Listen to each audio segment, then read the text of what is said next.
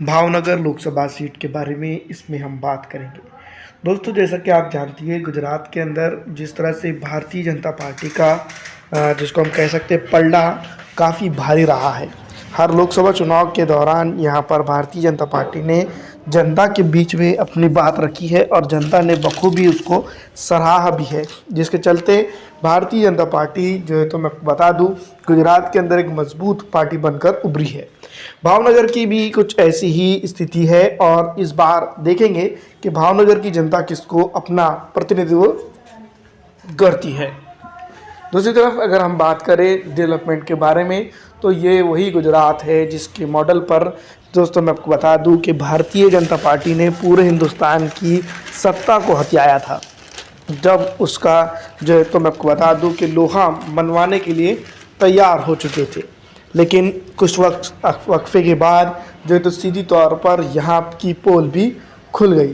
दोस्तों, मैं आपको बता दूं कि भारतीय जनता पार्टी हो या कांग्रेस हो, तमाम तर पॉलिटिकल पार्टियां जनता को सिर्फ और सिर्फ गुमराह करने का काम गुजरात के अंदर करते आई है। गुजरात के बाद दोस्तों मैं आपको बता दूं कि पूरे हिंदुस्तान के अंदर भारतीय जनता पार्टी की ढाल बनकर उभरा गुजरात। वही गुजरात अगर हम देखें तो डेवलपमेंट के मामलों में काफ़ी पिछड़ता हुआ नज़र आ रहा है। भारतीय जनता पार्टी हो या तमाम अलग अलग तरह की पॉलिटिकल पार्टियां हो, सिर्फ और सिर्फ जनता के कामों की बजाय जो है, तो जनता के साथ जिस तरह का व्यवहार करती है वो काबिल तारीफ़ भी है।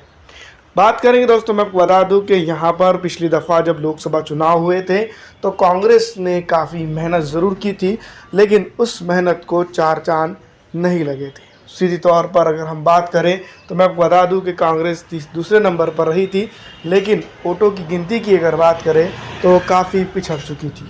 जी हाँ दोस्तों, मैं आपको बता दूं कि 3,31,754 वोट हासिल करने में मात्र जो है तो कांग्रेस पार्टी उस वक्त कामयाब हुई थी। दूसरी तरफ 6,61,273 वोट हासिल करने में भारतीय जनता पार्टी नंबर 1 पर रही थी।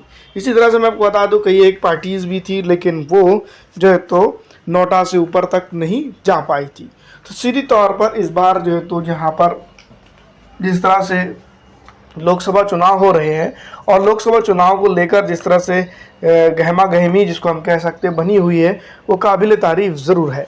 इस बार भारतीय जनता पार्टी के लिए काफ़ी चैलेंजिंग हो सकता है, लेकिन गुजरात की बात अगर करें तो गुजरात के अंदर काफ़ी कुछ चीज़ें सीधी तौर पर भारतीय जनता पार्टी के फेवर में जाते हुए नज़र आती है। इसी तरह के अगर माहौल रहा तो यहाँ पर कि ये सीट भावनगर लोकसभा सीट भी भारतीय जनता पार्टी के खेमे में जा सकती है।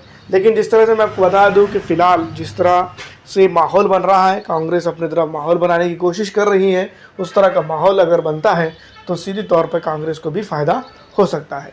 फिलहाल इस वीडियो में इतना ही। अगर अच्छी लगती है तो इसको लाइक और ज़्यादा से ज़्यादा शेयर कर दीजिएगा।